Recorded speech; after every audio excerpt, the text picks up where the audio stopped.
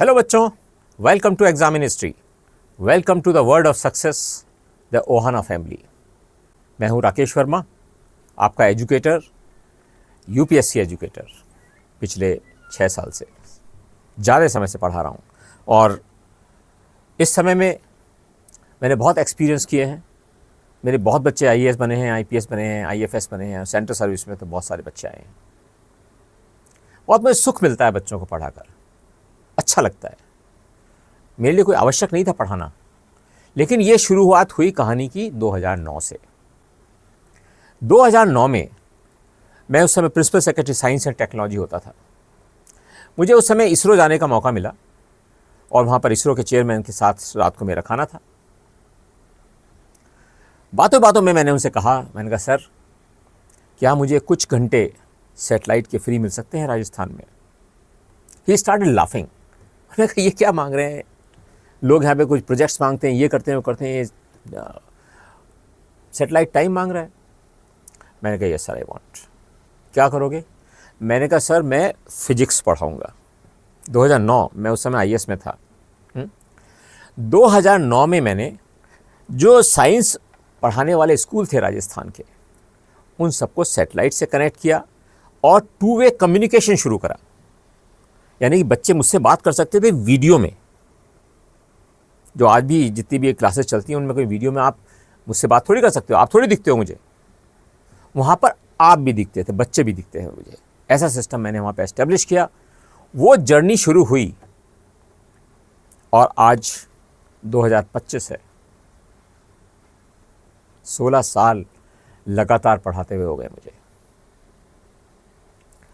पिछले 6 सालों में मैंने हर साल पब्लिक एड ऑप्शनल पढ़ाया, बच्चों को बहुत मज़ा आया। और आज मैं आपको कुछ क्षणों में ये बताना चाहूँगा कि पब्लिक एडमिनिस्ट्रेशन ऑप्शनल क्यों लेना चाहिए आपको। ये नहीं कि कोई मैं सेल कर रहा हूँ अपने सब्जेक्ट को या ऐसा कुछ नहीं ना, रियलिटी दिखाऊंगा आपको, रियल पिक्चर बताऊंगा कि क्यों public administration subject as optional बहुत अच्छा है और क्यों उसमें से आज तक सबसे ज़्यादा आईएएस ऑफिसर्स बने हैं। सबसे ज़्यादा IAS officers public administration optional लेकर बने हैं, ये आपको याद रखना चाहिए। तो आइए क्लास शुरू करते हैं। तो जैसा कि मैं बता रहा था आपको, मैं बीटेक हूँ, टॉपर बीटेक का, एमबीए, एमए इकोनॉमिक्स। मैंने 3 सब्जेक्ट्स में पढ़ाई करी। एक मैंने आईएएस में आने से पहले बीटेक किया था, एमए इकोनॉमिक्स और एमबीए में आईएएस में आने के बाद मुझे करने का मौका मिला। सरकार ने मुझे भेजा मेलबर्न में एमबीए करने के लिए। बड़ा सीखने को मिला, खूब कुछ सीखा, बहुत सीखा।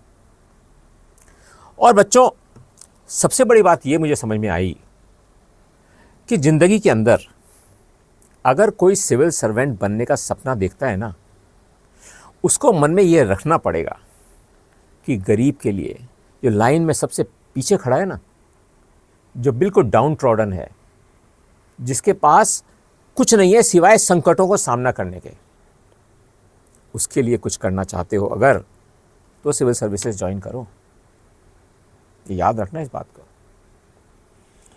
सिविल सर्विस ज्वाइन करने से पहले मन में ठान लो कि हमें एक ऐसा लाइफ का सर्किल बनाकर रहना है जिसके अंदर हमारा जो एटीट्यूड है, आप मेरे से पढ़िएगा, जब मेरा आप GS4 पढ़ेंगे समझेंगे कि एटीट्यूड क्या होता है। मैंने आज सुबह ही एटीट्यूड पढ़ाया, पूरा 1.5 दिन लगा मुझे इसको, 2-2 घंटे की, 4 घंटे क्लास करीब करीब लगी उसके अंदर। वो जो एटीट्यूड है हमें डेवलप करना है कि जो हमारा सोच है ना, जो हमारा इम्प्रेशन है किसी चीज़ के बारे में, वो इम्प्रेशन जो हमने बनाया है वो हमारे कार्यों में, हमारे एक्शंस में परिलक्षित होना चाहिए। That is a basic theme. आज आप कहीं पे भी सिविल सर्विसेज की तैयारी कर रहे हैं, करिए, खूब मेहनत से करिए, लेकिन इस बात को मत भूलिएगा। और इसी बात को इनकलकेट करने के लिए, आप तक पहुंचाने के लिए हमने एग्जाम मिनिस्ट्री स्टार्ट की है। एग्जाम मिनिस्ट्री का उद्देश्य यही है कि बच्चे को अलग अलग बच्चे को इस तरह से तैयार करें, जैसे एक कुम्हार एक घड़ा बनाता है, एक गमला बनाता है, उस तरह से तैयार करें आपको। ये नहीं कि आप पता नहीं कितने छोटे छोटे कमरों के अंदर जहाँ हवा भी नहीं पानी भी नहीं वहाँ पर रहकर पढ़ाई करें ना, कोई ज़रूरत नहीं। एग्जाम मिनिस्ट्री आइए, पढ़ाई करिए, मेरे से सीखिए कि कैसे इस एग्ज़ाम में सफल हुआ जा सकता है। समझने की कोशिश करिए कि जो डिफरेंट सब्जेक्ट्स पढ़ रहे हैं आप, वो कैसे पढ़े जाने चाहिए। वो ये केवल किताबों से और केवल स्लाइड्स को देखकर वो पढ़ाई करना नहीं है, बहुत कुछ डिफरेंट है। और उसी डिफरेंस को हम अपने इंस्टीट्यूट में बार बार स्थापित करने की कोशिश कर रहे हैं। हम डिफरेंट बनाएंगे बच्चों को, आप देखिएगा हमारे बच्चे किस तरह से आगे निकलते हैं। इसी क्रम में अब जनरल स्टडीज़ के कोर्स तो चल ही रहे थे, खूब अच्छे, यहाँ बहुत बढ़िया टीचर्स ने बहुत बढ़िया पढ़ाए हैं। लेकिन अब टाइम है ऑप्शनल सब्जेक्ट्स का। ये एक बड़ा डिफ़िकल्ट टाइम होता है जब एक बच्चा ये सेलेक्ट कर रहा होता है कि मुझे कौन सा ऑप्शनल लेना है, क्यों लूँ मैं ये ऑप्शनल। ये बड़ा इंपॉर्टेंट क्वेश्चन है, क्योंकि हमें ये पता होना चाहिए कि सिविल सर्विसेज एग्ज़ाम में अगर आप आईएएस ऑफिसर बनना चाहते हैं, मैं और सर्विसेज की बात नहीं कर रहा, अगर आईएएस ऑफिसर अगर आप बनना चाहते हैं, टॉप रैंक्स अगर आप लाना चाहते हैं, तो जब तक आपके ऑप्शनल GS4 और एसए में जब तक इन 3 चीज़ों में अच्छे मार्क्स नहीं आएंगे तो आप कुछ भी कर लीजिए, आप आईएएस ऑफिसर नहीं बन सकते। ये ध्यान रखना।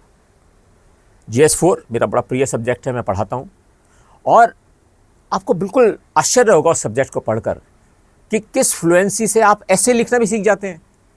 जब तक GS4 का कोर्स मेरे साथ आप पूरा करोगे ना बच्चों, आप एसए का पेपर का पार्ट 1 भी तैयार कर चुके होंगे, राइट।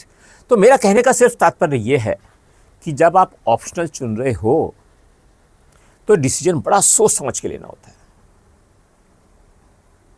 हमें देखना होता है कि क्या 3 चीज़ें हमें देखनी होती हैं बेसिकली। एक तो क्या ये ऑप्शनल सब्जेक्ट हमें मज़ा देगा, बड़ा इंपॉर्टेंट पॉइंट है ये, कि जब मैं उसके बारे में कोई बुक पढ़ रहा हूँगा या सर के द्वारा जो नोट्स दिए होंगे उनको पढ़ रहा हूँगा तो मुझे मज़ा आ रहा होगा। जब तक बच्चों ये मज़ा नहीं आएगा, एग्ज़ाम में बहुत अच्छे नंबर लाना बहुत मुश्किल होगा। हमारा उद्देश्य क्या है? हमारा उद्देश्य है कि 300 के आसपास आने चाहिए ऑप्शनल में मार्क्स, तब आप आईएएस में आ सकते हो। तो पहली बात, मज़ा आना चाहिए। दूसरी, ऑप्शनल के सेलेक्ट करते समय आपको जो सोचना है वो ये कि भाई मैं इस ऑप्शनल को ले रहा हूँ तो मुझे जनरल स्टडीज़ के कौन से सब्जेक्ट्स में फ़ायदा हो रहा है, या फ़ायदा हो रहा है भी या नहीं हो रहा। क्योंकि एक ये बात मान लो, याद रखना मेरी बात, एक ऐसा सब्जेक्ट बिल्कुल अलग, जीएस के सब्जेक्ट से अलग बिल्कुल पढ़ना और फिर सेलेक्ट हो जाना उसी साल, बहुत मुश्किल काम है। अर्थात जब आप सेलेक्ट कर रहे हो ना ऑप्शनल, बड़ा ध्यान रखने की ज़रूरत है। और तीसरा, सिलेबस कैसा है। क्या सिलेबस को जब आप पढ़ते हैं तो आपके अंदर कुछ फायर सी उठती है क्या? कुछ मन आपका करता है कि मैं भी ये करूं जाकर? उस सब्जेक्ट को पढ़ के आपको लगना चाहिए, राइट। सो 3 चीजें होती हैं किसी भी ऑप्शनल को सेलेक्ट करने के लिए। अब हम देखें कि भाई पब्लिक एडमिनिस्ट्रेशन में ऐसी क्या बात है। सबसे पहली बात, पब्लिक एडमिनिस्ट्रेशन एक ऐसा एरिया है, बेसिकली एरिया है, सब्जेक्ट नहीं है, एरिया है। इसका एक अलग ऑरा है, क्योंकि जब आप सिविल सर्वेंट बनोगे बच्चों, तो उस समय आप बेसिकली पब्लिक एडमिनिस्ट्रेशन ही तो कर रहे होंगे।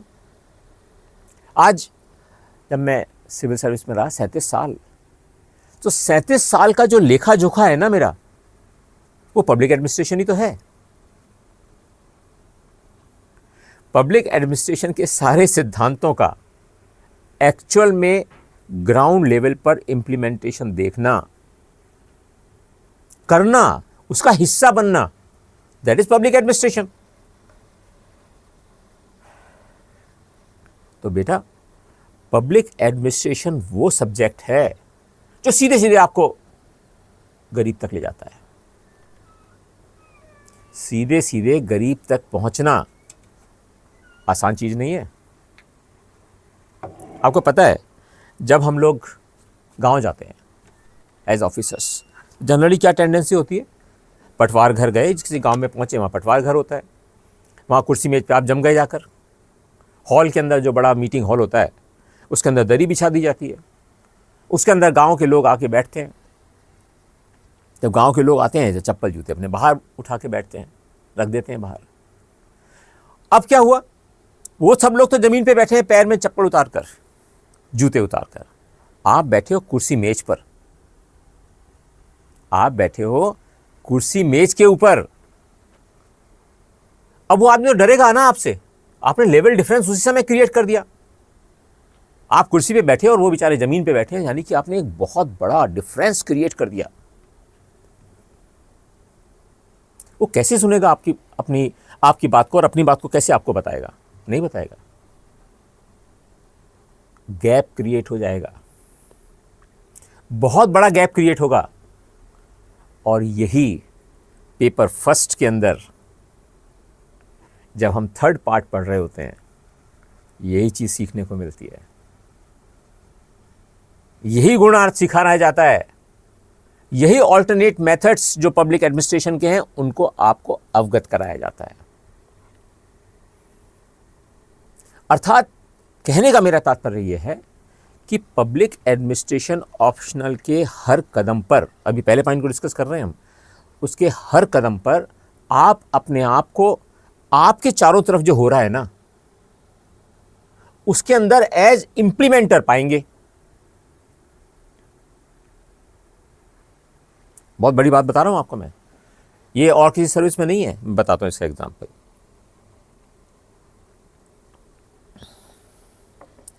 मान लीजिए आप डिप्लोमेट बन गए, ज्यादातर कैरियर क्या होगा आपका, जो फॉरेन पॉलिसी गवर्नमेंट ने डिसाइड कर दी है अब उसी को तो इंप्लीमेंट कर रहे हो, या उसमें जो डायरेक्शंस आ रहे हैं उनके आप कम्युनिकेट कर रहे हो। That is a job. जब तक कि आप फॉरेन सेक्रेटरी ना बन जाओ, या जब तक आप मिनिस्टर ना बन जाओ, अगर तब तक तो और कुछ है ही नहीं।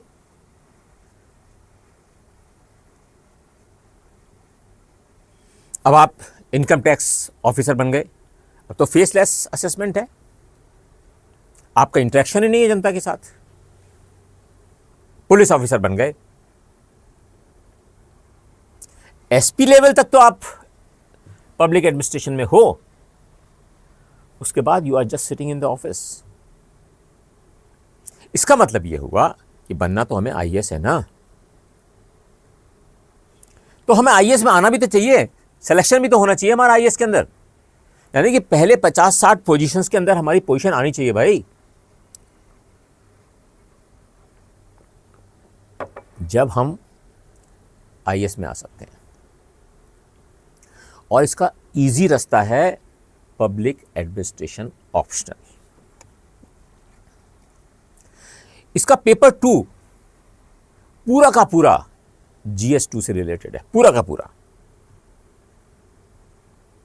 सो पेपर 2 तो ऑटोमेटिकली कनेक्टेड होने की वजह से GS2 के, आफ्टर ऑल सिलेबस भले ही एक सा हो, लेकिन एनालिसिस तो फर्क है, no doubt about it, but they are connected.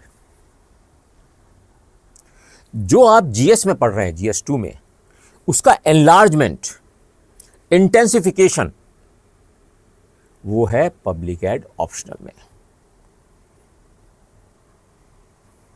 और मजेदार बात, जब रोज आप अखबारों में पढ़ते हैं, जैसे आज आपने अखबार में पढ़ा होगा, बड़ा इंपॉर्टेंट एक न्यूज आई, उसमें मंत्री जी ने, केंद्रीय मंत्री जी ने डिक्लेयर किया कि जो हमने बाहर से लोगों को लेने की प्रक्रिया चालू कर रखी थी, उसको हमने अबंडन नहीं किया है।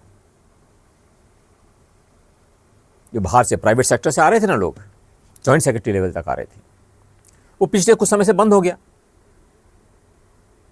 कुछ मुद्दा है उसके अंदर, उनको कहना पड़ा आज। That is involvement, your involvement in direct actions, that is public administration. This is first reason. Now second, इसका जो सिलेबस है ना बच्चे, वो सिलेबस आपको कभी सिलेबस लगेगा ही नहीं। इवन जो थिंकर्स हैं पब्लिक एडमिनिस्ट्रेशन के अंदर, वो सब आपको ऐसा लगेगा रे ये तो मेरे आसपास की बात हो रही है, ये भी मेरे आसपास की बात है। और आपको लगेगा रे यार इतनी सरल चीज़ों को ये कॉम्प्लिकेट करके ये कह रहे हैं कि थिंकर्स को पढ़ाया जा रहा है। ये तो बेसिकली इवॉल्व कर रहे हैं कि पब्लिक एडमिनिस्ट्रेशन इवॉल्व होकर आज जिस शेप में आया है वो कैसे आ गया भाई, पब्लिक एडमिनिस्ट्रेशन कैसे बन गया। पहले तो मैनेजमेंट ही था ना, पब्लिक एडमिनिस्ट्रेशन का कंसेप्ट तो बहुत बाद में आया। उससे पहले तो मैनेजमेंट होता था, managers. There was nothing like public administration. तो जब पब्लिक एडमिनिस्ट्रेशन सब्जेक्ट का जन्म हुआ ना बच्चों, तो वो इसलिए हुआ कि जनता और सरकार के बीच में कोई लिंक चाहिए थी। क्योंकि सरकार जो है, एक बड़ा इंपॉर्टेंट पॉइंट है इसके अंदर कि क्यों पब्लिक एडमिनिस्ट्रेशन में मजा आता है पढ़ने में।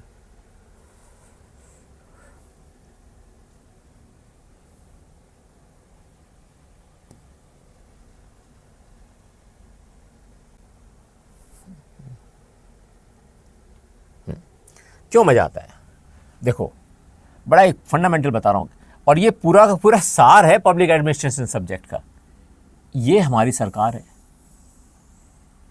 गवर्नमेंट। आप देखो कितना इजी सब्जेक्ट होता है ये। गवर्नमेंट का काम क्या होता है, पॉलिसी मेकिंग।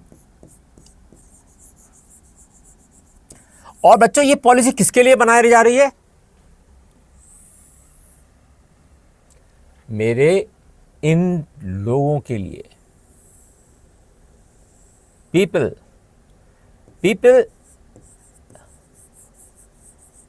स्टैंडिंग लास्ट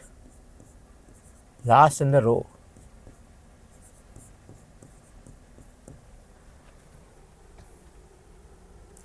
अब इसको इंप्लीमेंट करने वाला कौन है, that is public administration. So implementation कौन कर रहा है भाई,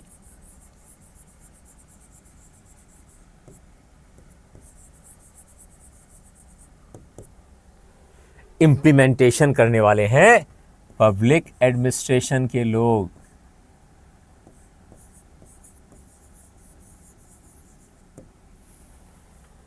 तो कितना कनेक्टिविटी है। तो उस सब्जेक्ट की जिसको आपको डायरेक्टली आप कनेक्ट कर पा रहे हैं उस सिनेरियो से जो आपको आगे जिंदगी में आप अपेक्षा कर रहे हैं, जिसके सपने देख रहे हैं आप, जिस चीज का आप सपना देख रहे हैं, उन्हीं चीजों को डेवलप होते हुए एक सब्जेक्ट के रूप में, एक कोर्स के रूप में जब आप पढ़ें तो बहुत मजा आता है। बच्चे इतने इंक्विजिटिव होते हैं। मैंने जब भी पब्लिक एड पढ़ाया ऑप्शनल, चैप्टर्स खत्म ही नहीं होने देते थे, क्योंकि मेरे जीवन के जो एक्सपीरियंसेस थे हर पोस्ट के, एसडीओ से कलेक्टर लेके डिप्टी सेक्रेटरी, डायरेक्टर, कमिश्नर, ये सब बनने वाले, ये हर एक कॉन्सेप्ट या तो पब्लिक एड 2 का कनेक्टेड था या पब्लिक एड 1 का था। सो ये जो कनेक्टिविटी है ये और किसी सब्जेक्ट में आ ही नहीं सकती।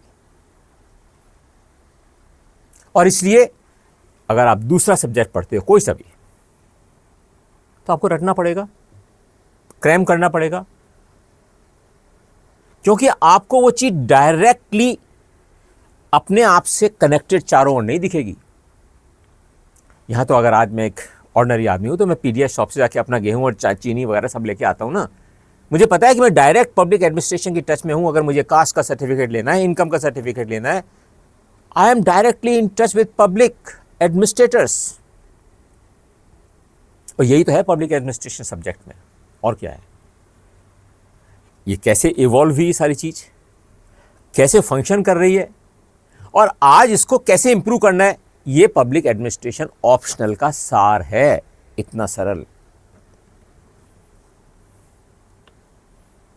इसलिए पब्लिक एडमिनिस्ट्रेशन सब्जेक्ट लेना बहुत इजी जर्नी है। अगर आप एक्चुअल में सक्सेस होना चाहते हैं, वाकई में एक आईएएस ऑफिसर बनकर हमारे इंस्टीट्यूट में आके हम उसका स्वागत कर रहे हैं, आपका नीचे जाके मैं वेलकम कर रहा हूँ, oh yes you have secured 10th position, मज़ा आ गया भाई, क्या बात है बेटा। अगर आपको वाकई में वो करना है, क्योंकि जो एसए का पार्ट 2 आता है ना बेटा, वो बहुत कुछ पब्लिक एडमिनिस्ट्रेशन से रिलेटेड होता है।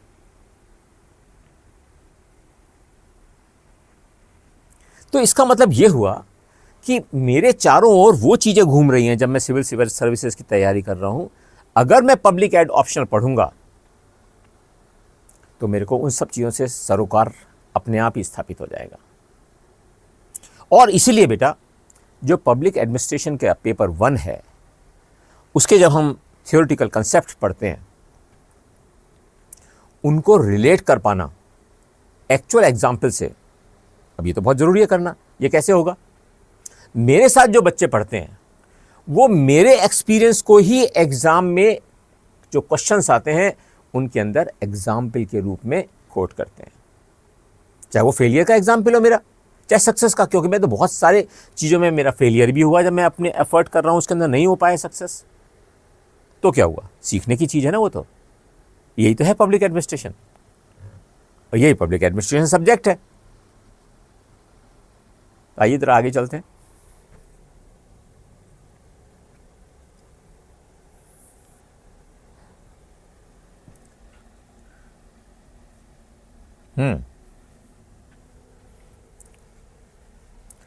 So let us have further journey. Why? So this is having direct relevant to a civil servant's role. This is the beauty of this subject. और इसलिए इतने आईएएस ऑफिसर्स बन पाए, क्योंकि हर आदमी सपना देखता है ना एक आईएएस बनने का, और उस बनने के सपने को वो असलियत में इम्प्लीमेंट भी होना देखना चाहता है। इसलिए बच्चों, direct relevance to a civil servant role. और ये याद रखना कि ये जो पेपर है, इट इज़ बेसिकली क्या है एक्चुअल में, ध्यान से देखो, ये केवल study of how governments function. It is the closest academic reflection of what IAS, IPS and IRS officers actually do.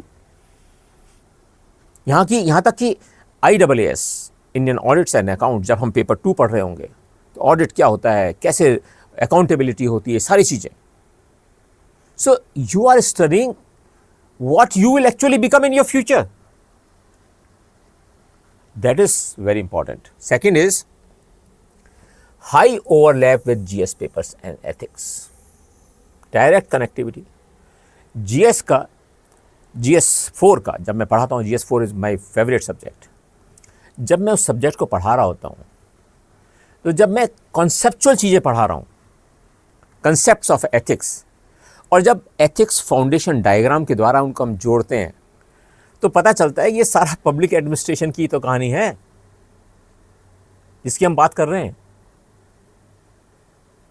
So it is directly relatable subject. Okay, GS papers के साथ और एथिक्स के साथ बिल्कुल ओवरलैप है इसका, चाहे वो गवर्नेंस का पेपर हो, पार्ट हो, पॉलिटी का पार्ट हो, पब्लिक पॉलिसी का पार्ट हो, सारी की सारी चीज़ें। और इसके अलावा ना केवल ये, ethics, integrity, aptitude, thinkers, governance, ये सारी की सारी चीज़ें तो आप एथिक्स में ही पढ़ रहे हो।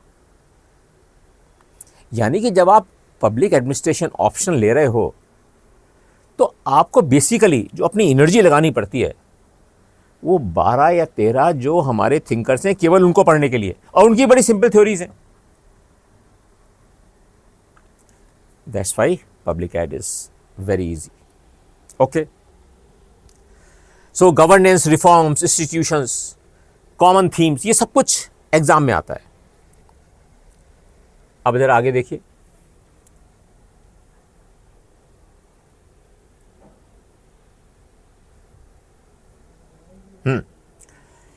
Easy to understand.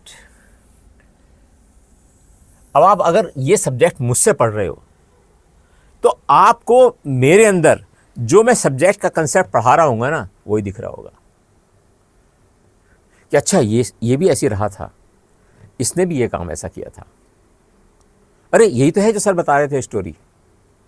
तो आपके लिए उन सब चीज को याद रखना बड़ा सरल होता है।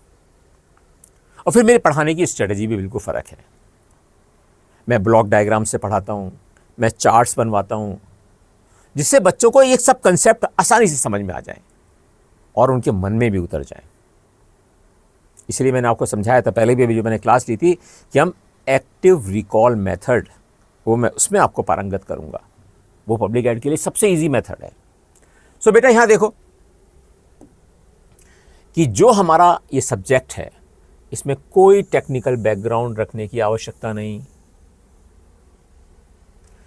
Full of real life examples, और बेसिकली आपके मन में जो सपना, आप रोज देखते हैं दिक्कतें आ रही हैं पब्लिक एडमिनिस्ट्रेशन में, ये आ रही है हमसे, हम जाते हैं पट्टा बनवाने जाते हैं, हमसे पैसा मांग लेता है, यहाँ जाते हैं ये दिक्कत आती है, उन चीज़ों को मन में आपके लगता है सुधारें।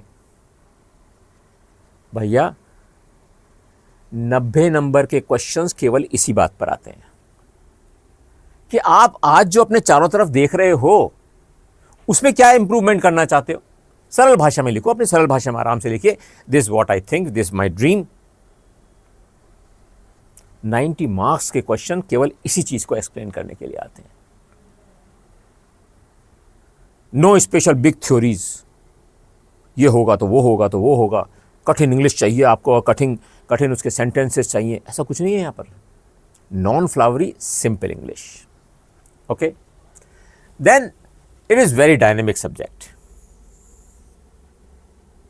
जितने भी जजमेंट्स हो रहे हैं, एडमिनिस्ट्रेटिव रिफॉर्म्स कमीशन की रिपोर्ट्स आ रही हैं, वो सारे के सारे उनके जो रिकमेंडेशंस हैं वो पब्लिक एडमिनिस्ट्रेशन को इंप्रूवमेंट करने के लिए तो हैं, चाहे वो म्यूनिसिपल एडमिनिस्ट्रेशन के रूप में हो, चाहे वो डिस्ट्रिक्ट एडमिनिस्ट्रेशन के रूप में हो, और चाहे वो डेवलपमेंट एडमिनिस्ट्रेशन के रूप में हो।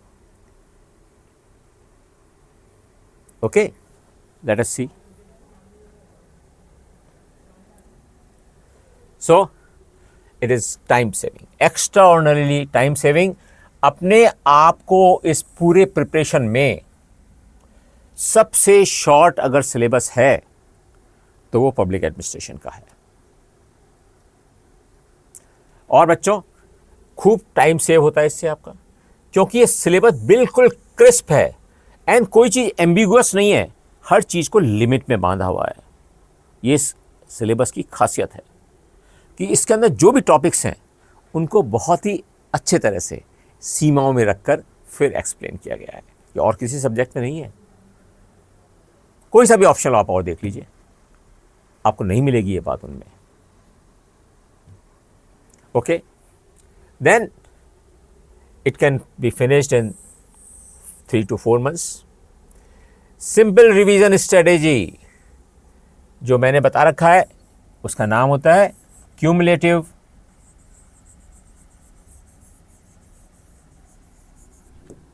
Revision. So this is a very interesting strategy. अब हम क्या करेंगे, अब हम अपना ऑप्शन शुरू कर नवंबर तक ख़त्म कर देंगे। उसके बाद दिसंबर महीना मेरा होता है जिसके अंदर मैं बहुत स्ट्रांग आंसर राइटिंग की प्रैक्टिस कराता हूँ। जब तक आप 31 दिसंबर तक पहुँचते हो, आपके पास ऑप्शनल पेपर के नोट्स हैं, ऑप्शनल पेपर के आंसर जो आपने लिखे हैं वो हैं, और क्या अप्रोच हर क्वेश्चन की होनी चाहिए वो सीख गए हो आप। इसको हमने दिसंबर महीने में जाकर रिवाइज करना है। अर्थात जब 31 दिसंबर को आप ऑप्शनल सब्जेक्ट पढ़ना बंद करोगे तो बच्चों उस समय अब आपको कोई चिंता नहीं है, प्रीलिम्स पास करके और डायरेक्ट ऑप्शनल का रिवीजन शुरू कर देना है। बल्कि रिजल्ट आने से पहले ही ऑप्शनल का रिवीजन शुरू कर देंगे, क्योंकि हम प्रीलिम तो पास करके निकल ही जाएंगे आसानी से।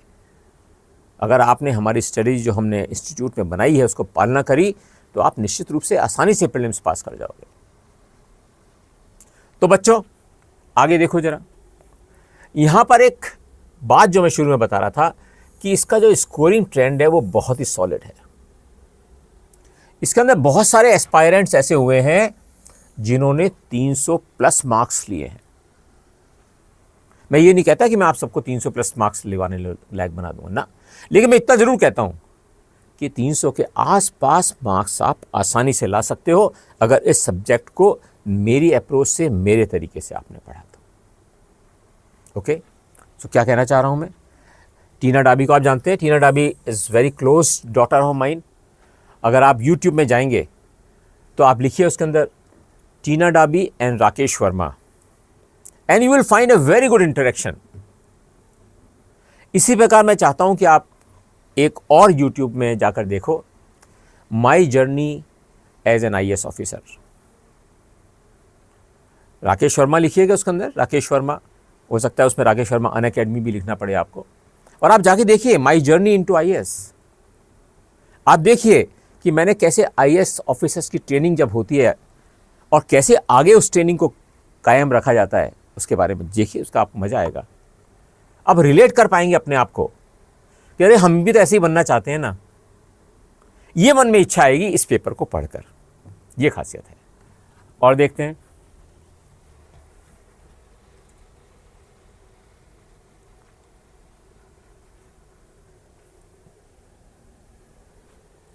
बच्चों इंटरव्यू में तो ये सब्जेक्ट आप मान के चल लो आपको बहुत बड़ा फायदा देता है। क्या है, इस पर्टिकुलर पेपर में आपको मैं एक कॉन्सेप्ट सिखाता हूं, that is my man concept.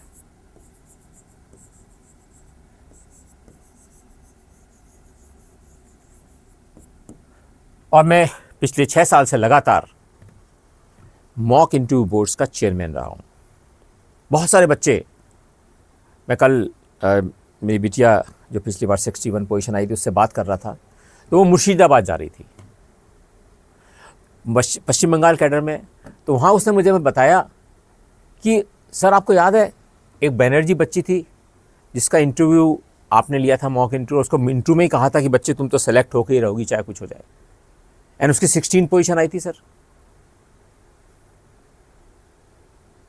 आप देखना जरा, ये वाला इंटरव्यू आपको मिल जाएगा, यूट्यूब पे देखिएगा इस इंटरव्यू को, कि कैसे मैं इंटरव्यू लेने के उसमें मैं कह रहा हूँ कि ये बच्ची तो होगी सेलेक्ट, और मेंबर्स मुझसे कह रहे हैं सर आप कैसे कैसे कह सकते हो।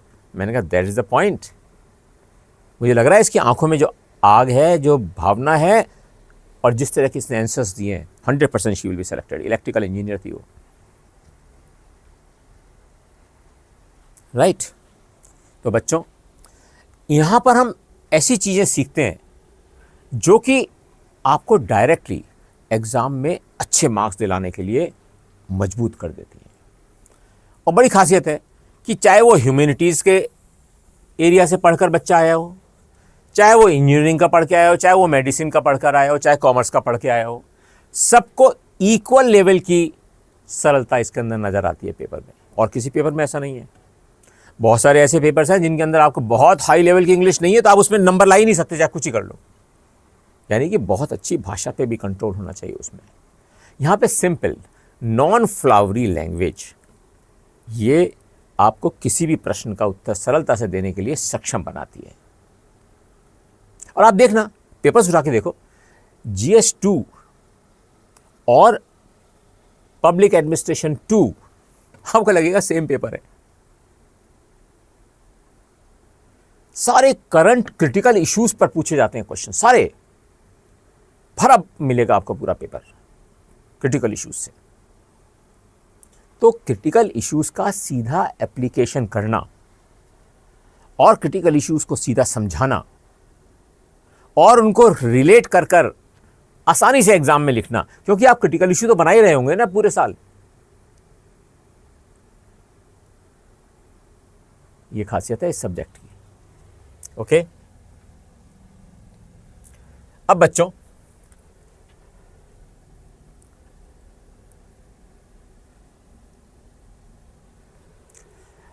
अब मैं कुछ चीज बताना चाहता हूं। जब ये इतना सरल पेपर है तो कई बच्चे फिर क्या करने लग जाते हैं कि सर ये तो बहुत सरल है, अब तो हम जैसे जीएस की तैयारी कर रहे हैं वैसे कर लेंगे इसकी। ना ना, जीएस की अप्रोच और ऑप्शनल पेपर की approach, same area same matter, approach different. यही तो सिखाना है आपको पब्लिक एडमिनिस्ट्रेशन में, यही है इस ऑप्शनल की खासियत। तो चलो जरा जर्नी को और आगे ले चलते हैं। ये मैं जब एडिशनल चीफ सेक्रेटरी था, जब का ये फोटो है। I was having meetings with all the collectors of the districts. Important issues को हम लोग डिस्कस कर रहे थे। ये डिफरेंट डिफरेंट डिस्ट्रिक्ट्स के नाम लिखे हुए हैं यहाँ पर। This what you want to become, that is public administration. और लिखते हैं, चलते हैं फिर आगे। ये जगह है आपको जो Lal Bahadur Shastri National Academy of Administration में पहुंचना है। ओके, अब देखिए, अब बनना क्या है हमें? मसूरी वाला कर्मयोगी बनना है ना, यही तो हमारा ऑब्जेक्टिव है। इसी के लिए तो हम सब कुछ कर रहे हैं कि हमको मसूरी वाला कर्मयोगी बनना है। और बच्चों, जब आप मसूरी वाला कर्मयोगी बनने के लिए मसूरी पहुंचोगे तो आपको पता चलेगा कि 2 साल में ट्रेनिंग के दौरान जो पढ़ाया जा रहा है आपको, वो सब पब्लिक एडमिनिस्ट्रेशन से रिलेटेड ही है। डिफरेंट डिस्ट्रिक्ट के कलेक्टर्स वहाँ पे आएंगे आपके साथ इंटरेक्ट करने के लिए। एडीएम्स आएंगे, एसडीएम्स आएंगे, सेक्रेटरीज आएंगे, गवर्नमेंट ऑफ इंडिया के सेक्रेटरीज आएंगे। उन सबके साथ आप इंटरेक्शन कर रहे हो, आप उनके साथ बात कर रहे हो। क्यों? क्योंकि आप जानना चाहते हो कि हमारे देश में एडमिनिस्ट्रेशन क्या है, क्या बॉटलनेक्स हैं, क्या परेशानियां हैं, क्या दिक्कतें हैं। और ये जो मसूरी वाला कर्मयोगी जो कंसेप्ट है ना, ये आपको पता है पब्लिक एडमिनिस्ट्रेशन का एक पेपर का एक फुल चैप्टर है। फुल चैप्टर जो कि मैं रोज ही पढ़ाता हूं। हर क्लास को लेने से पहले मैं जरूर बताता हूं कि हाँ बच्चों, हमें मसूरी वाला कर्मयोगी बनना है। मसूरी वाला कर्मयोगी क्या है भाई?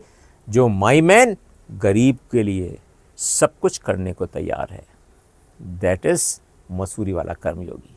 जो अपने हाथ से हर काम करने को तैयार है, वो है मसूरी वाला कर्मयोगी। आ रहा है ना कुछ समझ में कि क्यों इस सब्जेक्ट की इतनी इंपॉर्टेंस है? आगे देखिए,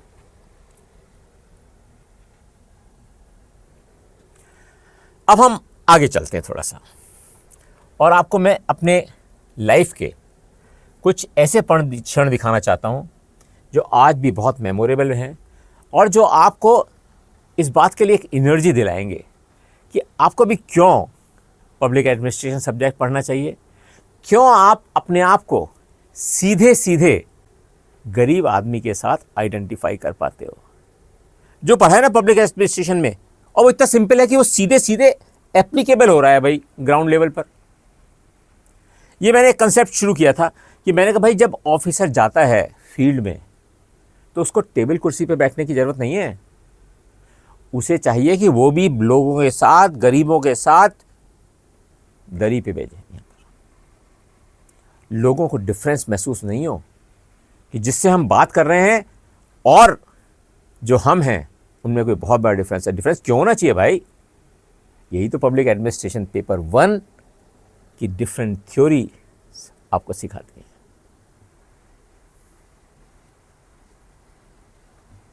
उन थ्योरीज का डायरेक्ट इंप्लीमेंटेशन है ये। ओके, ये अनदर एक्सपीरियंस, वहीं लोगों के साथ बैठना, वहीं उनकी बातें सुनना, परेशानियां सुनना, तो ये लोग फिर आइडेंटिफाई करने लग जाते हैं आपके साथ। और ये सब कहां से सीखा मैंने? पब्लिक एडमिनिस्ट्रेशन से।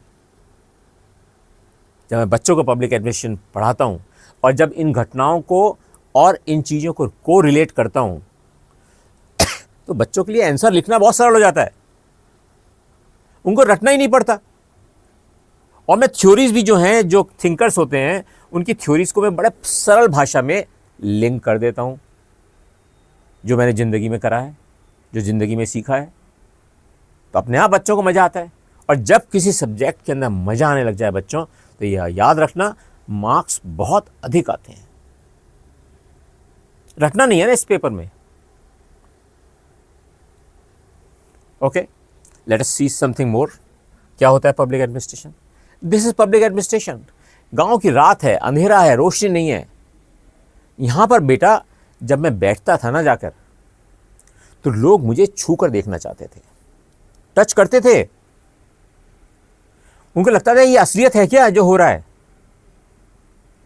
कि एक आईएएस ऑफिसर गांव में जाके बैठ रहा है। और जब मैं यहां पर मेयो की थ्योरी पढ़ाता हूं यही बताता हूं उसके अंदर, इसी डायग्राम को दिखाता हूं वहां पर। बच्चा को याद रह जाता फटाक से कि मुझे जब एग्जाम में अब लिखना है इसका आंसर, वो वाली एग्जाम्पल दे दो बस। इस बच्ची ने, जिसकी पिछले बार 61 पोजीशन आई और जिसने पब्लिक एडमिनिस्ट्रेशन ऑप्शन लिया था, उस बच्ची ने तो ये मेरा उदाहरण तक लिखा कि एक ऐसा एडमिनिस्ट्रेटर जिसके पास लोग हाथ छू रहे हैं, वो है पब्लिक एडमिनिस्ट्रेशन असली। यानी कि अब लोग आइडेंटिफाई कर रहे हैं आपको, अर्थात जो आपने थ्योरी सीखी हैं उन थ्योरीज का direct implementation, direct testing for your life कि यस मैंने ये सीखा है और मैं इसका ये उत्तर पाया हूं।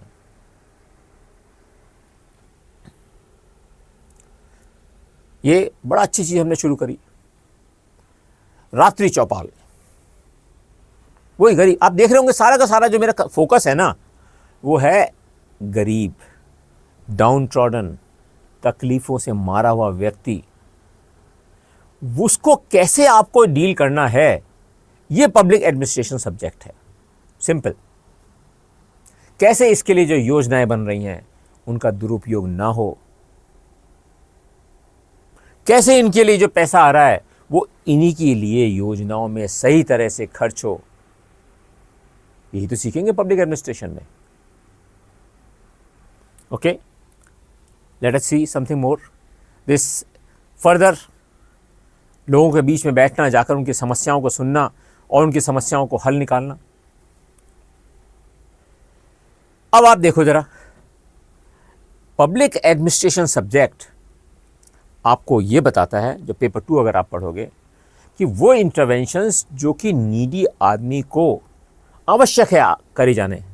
जो आप, मजेदार बात तो यही है, आईएएस में अगर आप आ जाते हो तो आपने जो सोचा है ना, उस सपने को साकार कर सकते हो, एक्चुअल में आप उसको ग्राउंड लेवल पर लेके आ सकते हो। देखिए जरा,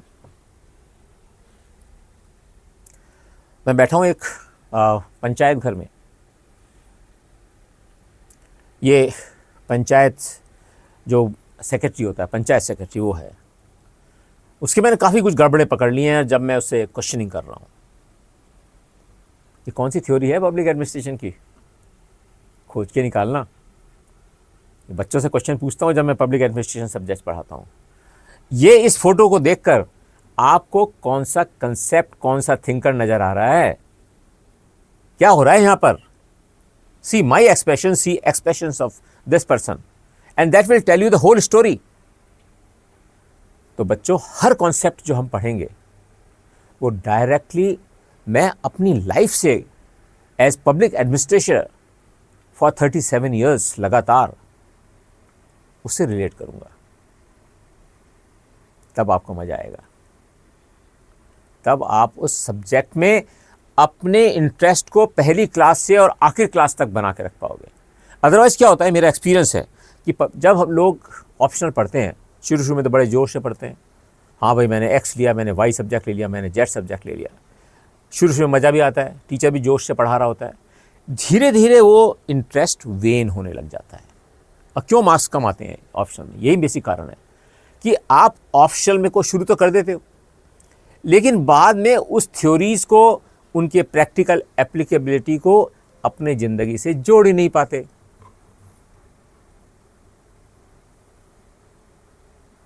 क्या आप ज़िंदगी में क्या उन चीज़ों को इंप्लीमेंट कभी करोगे भी? वजह आपको लगता नहीं, आए तो बहुत ही थ्योरेटिकल चीज़ें हैं, तो पढ़ तो रहे हो क्योंकि आप चुन चुके हो उस सब्जेक्ट को, ऑलरेडी आपने वो ऑप्शन चुन लिया, अब पढ़ाई करोगे उसके अंदर। ऐसे सब्जेक्ट को पढ़ाई करना जिसमें आपको इंटरेस्ट नहीं आ रहा, वो कभी भी आपको अच्छे मार्क्स तो दिला ही नहीं सकता। ये तो मान लीजिए मेरी बात। तो पब्लिक एडमिनिस्ट्रेशन एक ऐसा सब्जेक्ट है ऑप्शनल जो कि पल पल पर आपको अपने से कनेक्ट रखता है। और मेरी क्लासेस की कभी आप रिकॉर्डिंग देखिएगा, कुछ रिकॉर्डिंग्स उपलब्ध हैं यूट्यूब पे, कि बच्चे भावुक होके कि सर मैंने आपने कल ये थ्योरी पढ़ाई थी, मैंने आज कनेक्ट करी इसको, और जो आप बात बता रहे थे सर वो बिल्कुल जुड़ गई है। सर मैं भी यही बनना चाहता हूँ, मैं यही बन के दिखाऊंगा सर आपको। अब मेरा सीना उस समय बिल्कुल चौड़ा हो जाता है कि ये है बच्चा। अब वो जब लिखेगा ना तो उसका ब्रेन तो काम कर रहा ही होगा, बल्कि उसका हार्ट भी काम कर रहा होगा। ये इस सब्जेक्ट की बहुत बड़ी विशेषता है। और सब्जेक्ट में तो आप रटोगे, फिर रटे हुए शब्दों को निकालोगे, रटे हुए कंसेप्ट्स को लिखना चाहोगे। यहां पर ऐसा नहीं होता है। यहां आप जब आंसर्स लिख रहे होते हैं ना, आपका ब्रेन और आपका हार्ट ये कनेक्टेड होते हैं, क्योंकि पब्लिक एडमिनिस्ट्रेशन में आप कितनी भावनाएं रखते हैं गरीब के लिए, समस्याओं को सुलझाने के लिए। जब तक आप आईएएस में हैं, एंड तक आप समस्याओं को सुलझाने के लिए स्कीम्स बनाते हो, योजनाएं बनाते हो, लाइन ऑफ एक्शन बनाते हो, कार्य विधियां बनाते हो। और यही सारी चीजें तो एग्जाम के अंदर हैं। पेपर 1 और 2 में है क्या और एग्जाम में भाई। इसलिए इतना सरल एंड प्रॉपर रिलेवेंस का पेपर लेके आप journey of IAS preparation selection बहुत कंफर्टेबली कर सकते हो। मेरे साथ आनंद लो ना इस कोर्स का पढ़ने का। और देखिए जरा, ये एक बड़ा इंटरेस्टिंग केस था। यहां क्या हुआ, ये जो व्यक्ति है ये राशन डीलर था। मैं जब एक गांव में गया, अचानक से पहुंचता था मैं गांव के अंदर। मैं गांव में गया तो मैंने वहां पर देखा कि भीड़ लगी हुई है।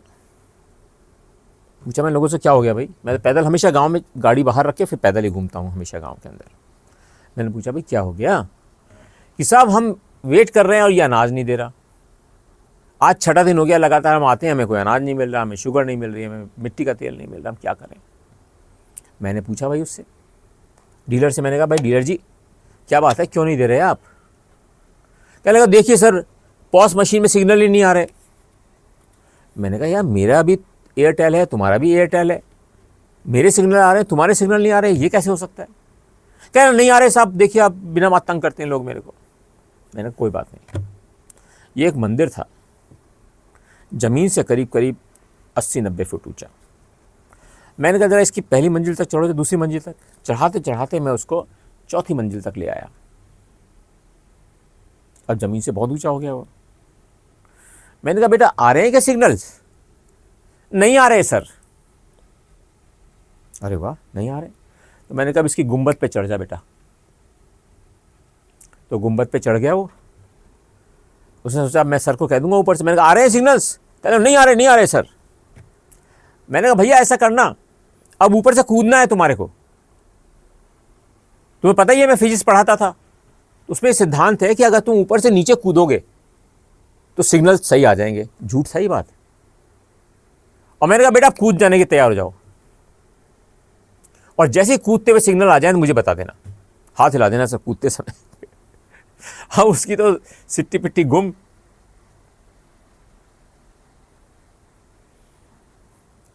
और नीचे उतरा के साथ सिग्नल आ गए। मैंने कहा वेरी गुड, चलो अब सबका सामान बांटो। वहीं बैठ गया मैं, इतने सीनियर लेवल पे था जब भी, वहीं बैठ गया। सामान सारा अपने सामने बंटवाया। क्या जनता का रिएक्शन था।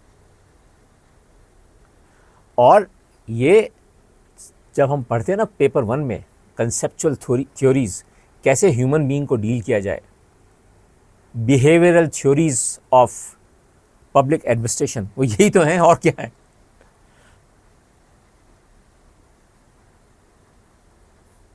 How do you tackle with people, जो कि एक नेचुरल चीज है किसी भी व्यक्ति की जो प्रिपेयर कर रहा है सिविल सर्विस का एग्जाम।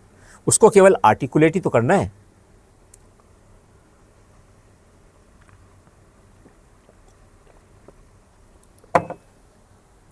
केवल आर्टिकुलेशन होना है। और देखिए जरा आगे जर्नी को और देखते हैं थोड़ी सी। ये अब आप देखो, जब मैं पहले बता रहा था ना, फर्स्ट थ्योरी जो हम पढ़ते हैं कि जो इम्प्लीमेंटेशन और पॉलिसी मेकिंग, ये हमेशा दोनों अलग अलग रहते हैं। जब कोविड हुआ था दोनों मिक्स हो गए थे, बीच में परेशानियां बहुत थीं। अब जब मैंने इस स्कीम का इंस्पेक्शन करना शुरू किया, स्वच्छ भारत अभियान के अंदर बनाए गए शौचालय, तो आप मेरे चेहरे से देख सकते हैं कितनी जोर से मुझे गुस्सा आया हुआ है। जब मुझे बताया गया कि साहब यहां पे इतने सारे टॉयलेट्स बना दिए गए हैं और बहुत यूज हो रहे हैं, मैंने पहला ही टॉयलेट खोला, उसके अंदर केवल गड्ढा था, पॉट या कोई और सोक पिट वगैरह बनाओ कुछ था ही नहीं। मुझे मौका मिल गया, मैंने पूरी स्टडी करी कि भैया ये इसलिए हो रहा है क्योंकि उन टॉयलेट्स में पानी पहुंचाने का तो इंतजाम करा ही नहीं हमने। और जब इंडियन टाइप के सीट लगा रहे हो, उसके अंदर अगर पानी का इंतजाम नहीं है तो कौन यूज करेगा उसे? फटाक से कमी पता चल गई। ये हमारी लास्ट की थ्योरी है जो हम पढ़ते हैं पब्लिक एडमिनिस्ट्रेशन में, कैसे री इंजीनियरिंग करी जाती है, कंसेप्ट्स को समझकर उनकी री इंजीनियरिंग करना, जिससे कि वो एफिशिएंटली ग्राउंड पर पॉलिसी को इम्प्लीमेंटेशन स्टेज पर ले आए। क्या बात कर रहे हैं सर, इतना सरल है पेपर? एक्चुअल में इतना सरल है। ये पेपर इतना ही सरल है समझने में, उसके आंसर्स लिखने में और एग्जाम्पल्स के साथ जोड़ने में। और यही तो इसकी रिलेवेंस है इस पेपर की, यही सिग्निफिकेंस है इस पेपर का। ये सिलेबस का पार्ट 1 पढ़ा रहा हूं मैं आपको। सिलेबस का जब पार्ट 1 शुरू होता है ना, उसमें यही है कि relevance and significance of public administration. आओ वाओ वाओ वाओ, लो भाई, ये पहला चैप्टर तो आज ही पढ़ लिया आपने। अच्छा, तो बेटा अब कैसे हाई मार्क्स ला सकते हैं, मेरी स्ट्रेटजी भी आप देख लो। मैंने एक ऐसी स्ट्रेटजी बना रखी है कि पब्लिक एडमिनिस्ट्रेशन पेपर लेकर आप बहुत अच्छे मार्क्स कैसे ला सकते हो, मैं उस स्ट्रेटजी के हिसाब से पढ़ाऊंगा आपको। मैं ये नहीं कि पहला चैप्टर शुरू कर दिया, हाँ भाई सिलेबस का पहला पॉइंट लो भाई शुरू, no, that will never be my technique. क्या करने वाला हूं मैं, ये हमारा सिलेबस है, एडमिनिस्ट्रेटिव थॉट, एडमिनिस्ट्रेटिव बिहेवियर। अब देखो जरा समझ लो सही कितना सरल चीजें हैं। Administrative behaviour, organisation, accountability, administrative law, comparative public administration, development dynamics, क्या क्या डेवलपमेंटल स्कीम्स हैं, कैसे डेवलपमेंट होता है, क्या अप्रोच होती हैं, पर्सनल एडमिनिस्ट्रेशन, पब्लिक पॉलिसी क्या होती है, कैसे गवर्नमेंट पब्लिक पॉलिसीज बनाती है, कैसे उन पॉलिसीज़ को इंप्लीमेंट करने का मैकेनिज्म बनाया जाता है, पब्लिक पॉलिसी बनाते समय क्या क्या चीज़ों को ध्यान में रखा जाता है। दिस इज पब्लिक एडमिनिस्ट्रेशन का paper, techniques of administrative improvement, जो मैं आपको एक एक करके बताता हूँ सीरियस। देखो भाई ये है, this is what we have done, this is what you should do, this public administration. Paper का सिलेबस दिखा रहा हूँ आपको केवल यहाँ पर। फाइनेंशियल एडमिनिस्ट्रेशन एंड अकाउंटेबिलिटी, अरे भाई ये तो बेसिक चीज़ है ना, कि किस प्रकार फाइनेंशियल अकाउंटिंग करनी है, किस प्रकार रूल्स रेगुलेशंस जो प्रिस्क्राइब होते हैं उनको हमें इम्प्लाई करना पड़ता है, कैसे rules regulation and establish procedures को फॉलो करना होता है, इन सबको ही तो सीख रहे हैं यहाँ पर। कोई ऐसी कठिन चीज़ नहीं दिख रही इसमें मुझे जिसमें आपको समझने में या फिर उसको लिखने में दिक्कत आए। चलो और देखो आगे जरा, देखो तो सही सिलेबस क्या है। पेपर 2 देखो भाई, evolution of Indian administration, wow, 1857 शुरू हो गया आईएएस ऑफिसर का रोल उस समय से शुरू हो गया था, 1857 से। वो जर्नी तो आपको ही पता है कि कैसे उस समय के कलेक्टर्स एजेंट थे अंग्रेजों के, to collect revenue and crush the people. कैसे धीरे धीरे हम चेंज हो गए। Philosophical and constitutional framework of government, paper 2 polity, पूरा स्ट्रक्चर, क्या होता है गवर्नमेंट का स्ट्रक्चर, कैसे गवर्नमेंट चलती है। क्या रिलेशन है तीनों विंग्स का, जुडिशरी, एग्जीक्यूटिव एंड लेजिस्लेचर। फिर देखो जरा पब्लिक सेक्टर अंडरटेकिंग्स, भाई ये कैसे फंक्शन करती है, सबको ही पता है, रोज हम देखते हैं इतने पब्लिक सेक्टर अंडरटेकिंग की रोज बात होती है, कभी पीएसयूज को बेच रहे हैं, कभी हम डिसइन्वेस्ट कर रहे हैं, कभी इन्वेस्ट कर रहे हैं, सब कुछ। प्लान्स एंड प्रायोरिटीज, जो मैं इकोनॉमी में पढ़ाता हूँ, पूरा सब्जेक्ट इकोनॉमी का पूरा चैप्टर है इसके ऊपर बहुत बड़ा, जहाँ पर हम सीखते हैं कि प्लान्स कैसे बने, प्रायोरिटीज उनमें कैसे सेट की गई, कैसे उनका इम्प्लीमेंटेशन होता था। मैंने खुद प्लान बनाया भाई, स्टेट प्लान्स बनाकर उनको नेशनल जो प्लान बनते थे 5 ईयर प्लान, उनके अंदर जोड़ने वाले प्लान्स मैंने बनाए जब मैं प्रिंसिपल सेक्रेटरी प्लान फाइनेंस था। वही तो एक्सपीरियंस है इसके अंदर जो सीखना है आपको। Then state government and administration, भैया मुझसे अच्छा कौन बताएगा आपको स्टेट गवर्नमेंट और एडमिनिस्ट्रेशन के बारे में। सिलेबस देखो आप इसका, आप जो इधर उधर के चक्कर में पड़ जाते हो, इससे मत जाओ कभी भी टीचर की शक्ल कैसी है, ना ना बिल्कुल मत जाना, शक्ल तो खराब हो सकती है, पर वो पढ़ा अच्छा रह रहा है ये देखना ध्यान से रखना इसको, ध्यान से। बहुत नंबर तो आपको लाने हैं, टीचर को नंबर नहीं लाने हैं, आपको लाने हैं। तो बेटा plans and priorities, state government and administration, फिर देखो जरा डिस्ट्रिक्ट एडमिनिस्ट्रेशन सिंस इंडिपेंडेंस, क्या सिलेबस है। Civil services, financial management, administrative reform since independence.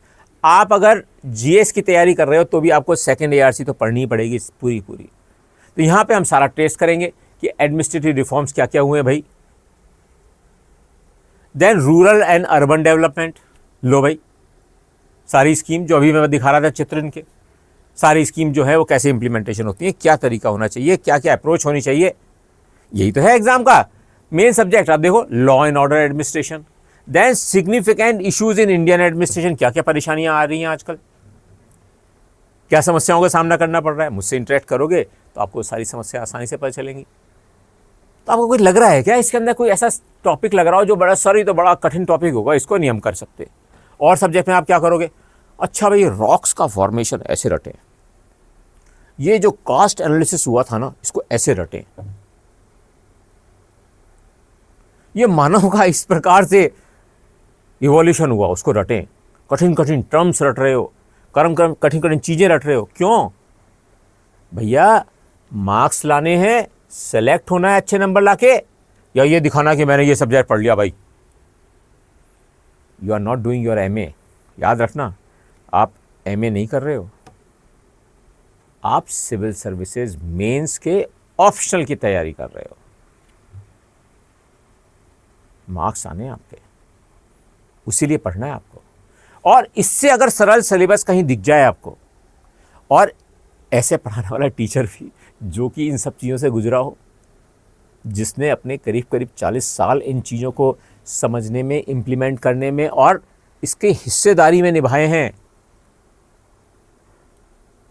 वो समझकर आंसर्स तैयार करना ज़्यादा मज़ेदार है, या अगर रट के क्वेश्चंस और रटा हुआ क्वेश्चन नहीं आया एग्जाम में तो आप क्या करते हैं बच्चे, क्यों नंबर कम आते हैं, रट लिया, टीचर ने पढ़ा दिया, ओ यस यस पढ़ा दिया आपको उल्टा सीधा अपना बड़ा, मैं बहुत बढ़िया अंग्रेजी बोलने वाला हूँ, देखो भाई, अरे भाई तुम अंग्रेजी बोलने वाले अच्छे हो, एग्ज़ाम तो मुझे देना है भैया, मैं तो हिंदी स्कूल से पढ़ा था या फिर मैं पढ़ा था सेंट्रल स्कूल से,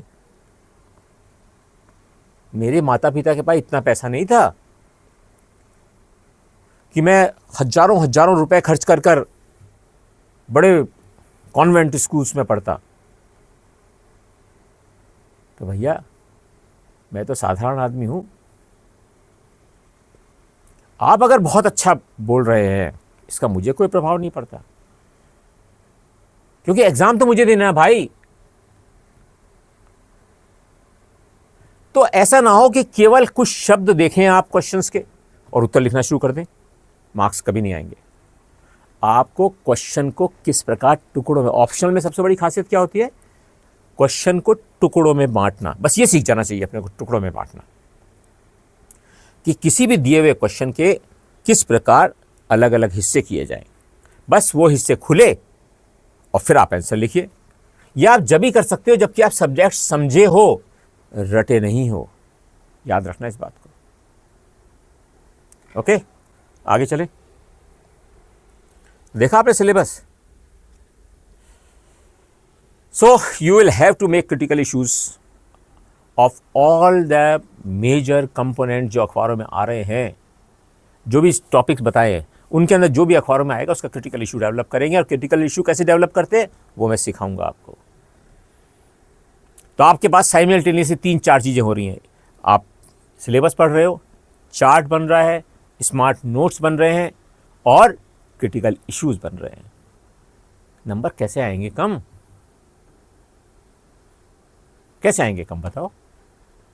okay, so as soon as the news item appears in the newspapers, make detailed study of it, giving complete background and future perspectives.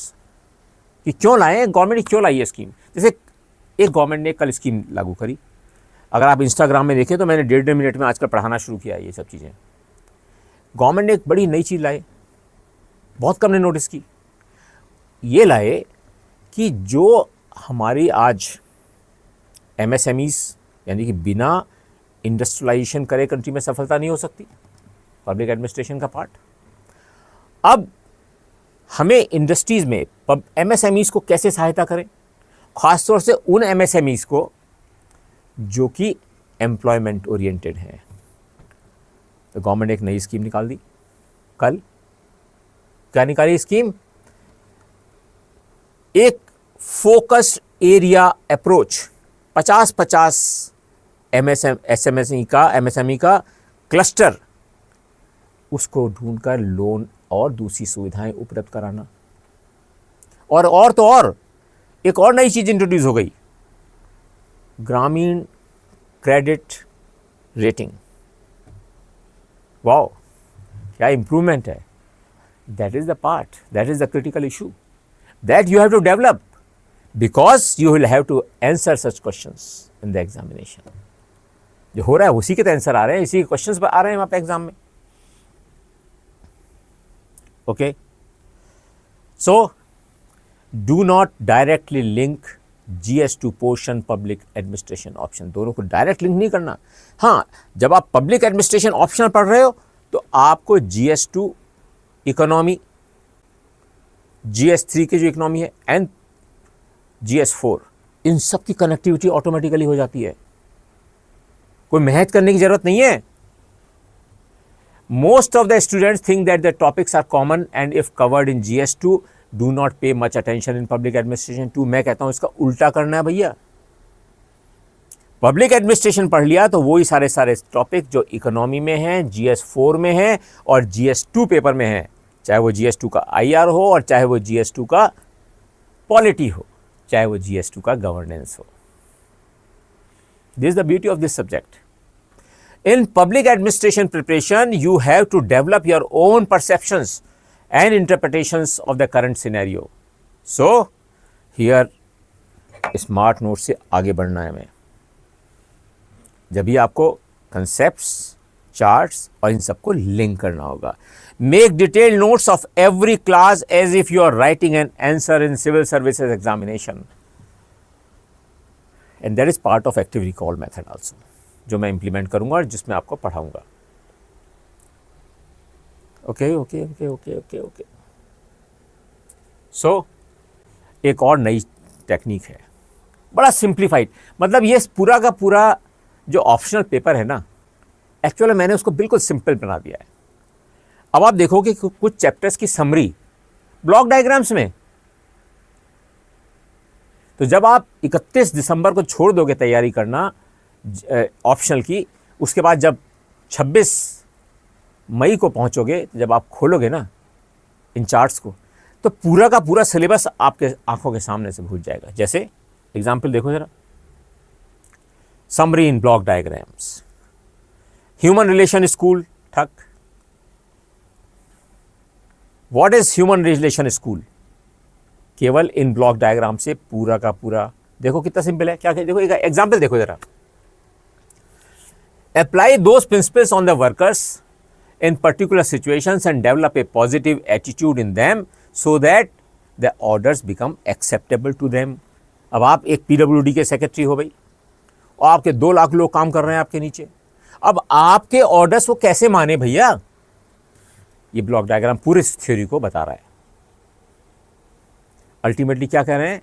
Only those orders will be accepted by workers which they think will be appropriate in those situation जिसमें वो गुजर रहे हैं। भाई कौन सी बड़ी बात है ये नॉर्मल बात है। हाँ नॉर्मली तो है, ये तो मैं कह रहा हूं। It is so simple. आगे देखो जरा, power with instead of power over. तो लोगों के ऊपर पावर दिखाने की जरूरत नहीं है। वो एम्पावर हैं तो आप एम्पावर्ड हो। It means that those facts which have led to the situation must be understood rather than ordering people to act as per your orders. क्यों भाई? आपका कहना क्यों माने? क्यों नहीं मान रहे? ये देखो ना, क्यों नहीं मान रहे भाई? अरे यार इसलिए मान रहे नहीं माने, मैंने उसके जो बच्चे की तबीयत जब खराब हुई थी तो उसके मैंने छुट्टी नहीं दी थी। उसको मैंने कहा था नहीं तो मैं आज तो ऑफिस में काम करना ही पड़ेगा, और बच्चे की तबीयत बिगड़ गई, इसलिए सारे कर्मचारी अब मेरे विरोध में हैं। This is this theory. अभी देखो आप, पब्लिक एडमिनिस्ट्रेशन का पूरा सीन दिखा रहा हूं मैं आपको। इसी प्रकार cumulative authority instead of individualistic, delegation power का करो। बेसिक थ्योरी है, डेलीगेशन पावर करते हैं। और इसीलिए एक रूल्स ऑफ बिजनेस हमारे हर जगह, जब भी आप जाओगे रूल्स ऑफ बिजनेस, सबसे पहले किसी भी पोस्टिंग पे जाओगे आपको रूल्स ऑफ बिजनेस देखना पड़ेगा कि भैया आपके क्या फाइनेंशियल और एडमिनिस्ट्रेटिव अधिकार हैं, और कुछ चीज़ों में जिनमें आपको अप्रूवल चाहिए वो किन की चाहिए। This is this chapter. Okay, अब कॉन्फ्लिक्ट को कैसे डील करते हैं भाई? ये GS4 में भी है और यहां पर भी है। तो किसी कॉन्फ्लिक्ट को अगर ऑर्गेनाइजेशन में हो रही है भैया, तो उसको सॉल्व कैसे करना है? सिंपल चीज, बट उसको हम थोड़े आर्टिकुलेट कर देंगे। ये आपको पढ़ाना होता है। This is next chapter.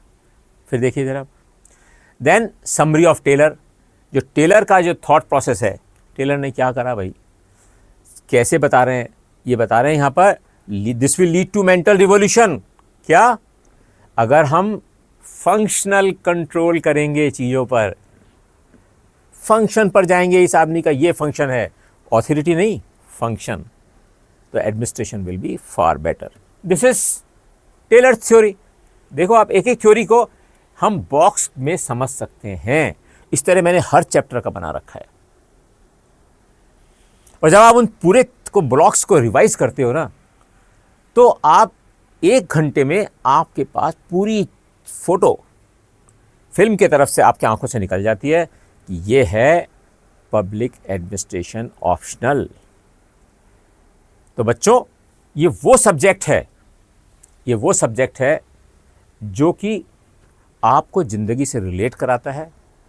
Public administration जो एक्चुअल में हो रहा है उसको दिखाता है, उसके बारे में आपको बताता है, उसके बारे में आपकी राय जानता है, और सिंपलिस्टिक वे में आप क्या सोचते हो वो जानना चाहता है।